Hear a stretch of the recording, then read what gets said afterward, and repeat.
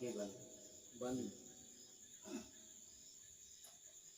आज मैं सभी को अपने विषय में कुछ बताना चाहता हूँ, अपने जीवन के बारे में। हमने अपनी शादी के पहले ही भक्ति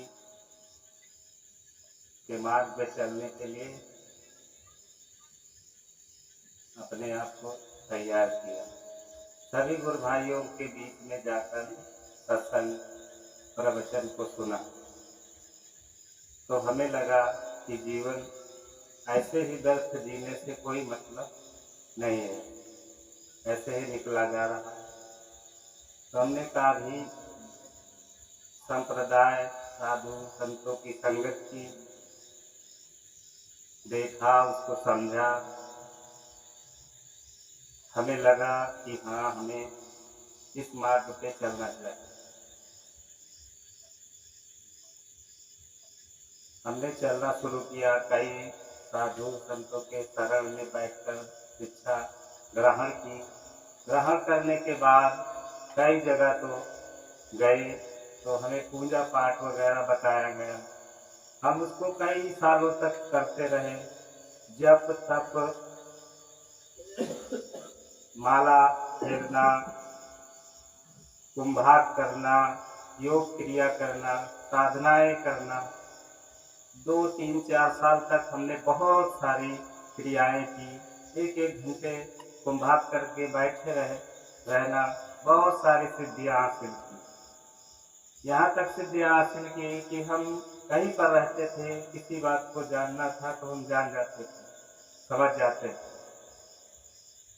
लेकिन ये सब पाकर हम बहुत प्रसन्न होते थे। लेकिन हमारे अंदर एक अजीब तरह की उथल पुथल थी, जो हमें शांति नहीं मिल रही। तो हमने सोचा जब इतना कुछ हासिल करने के बाद भी हमें शांति नहीं मिल रही है तो इसका मतलब क्या है। तो हमने अपने कई गुरु भाइयों से मुलाकात की, उनसे पूछा। उन लोगों ने हमें एक ऐसी जगह पर जाकर साहब से मिलवाया, जिन साहब का स्थान है शेखपुर धाम बाराबंकी निवास स्थान, जहाँ के इतनी समय प्रेजेंट टाइम में हमारे सतगुरु साहब सत्ता साहब जी स्थान पर मूल गद्दीधर हैं। उनसे मिला, उनकी शरण में बैठकर पढ़ना चालू किया। तो साहब ने मेरे जितने भी सिद्धियाँ रिद्धियाँ, जो भी कुछ क्रियाकलाप था, साहब ने मुझे समझाया कि ये सब चीज़ों से आपके जीवन का कल्याण नहीं होने वाला।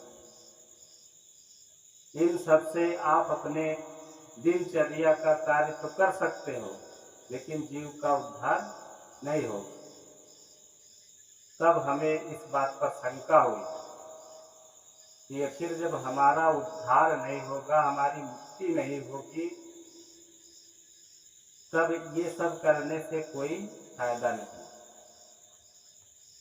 तब हमें संकोच हुआ कि ये सब मेरी कमाई व्यर्थ है। उसके बाद हमने सदगुरु की शरण में विनय वंदना की कि हे सदगुरु, अगर हमारा ये सब भक्ति व्यर्थ है, कोई मतलब नहीं है, तो मेरे जीवन का उद्देश्य पूरा नहीं होगा। इसलिए हमें अपनी शरण में लीजिए और हमारा जो भी कुछ अज्ञान पाखंड, जो भी कुछ हमारे पास है, इसको हटाकर अपना ज्ञान प्रकाश कीजिए, जिससे हमें शांति मिल सके और हमें मुक्ति का भेद मालूम हो सके। सतगुरु की ऐसी दया हुई कि हमें अपनी शरण में लिया और अपनी शरण में बैठकर ऐसा मार्गदर्शन किया कि ऐसा लगा कि मेरा पुनर्जन्म हुआ। और जितने आज तक जितना भी भार हमने लाद रखा सारा एक पल में काट कर खत्म कर दिया। तो आज मुझे ऐसा प्रतीत हो रहा है कि मेरा जीवन सतगुरु की शरण पाकर धन्य हो गया। आज मुझे एहसास होता है कि मैं जीते जी मुक्त हो चुका हूँ। संत महापुरुषों ने कहा था कि जिसको भी मिलेगी मुक्ति तो इसी जीते जी मिलेगी। तो वो वचन आज सतगुरु की शरण में आकर सच हो गया।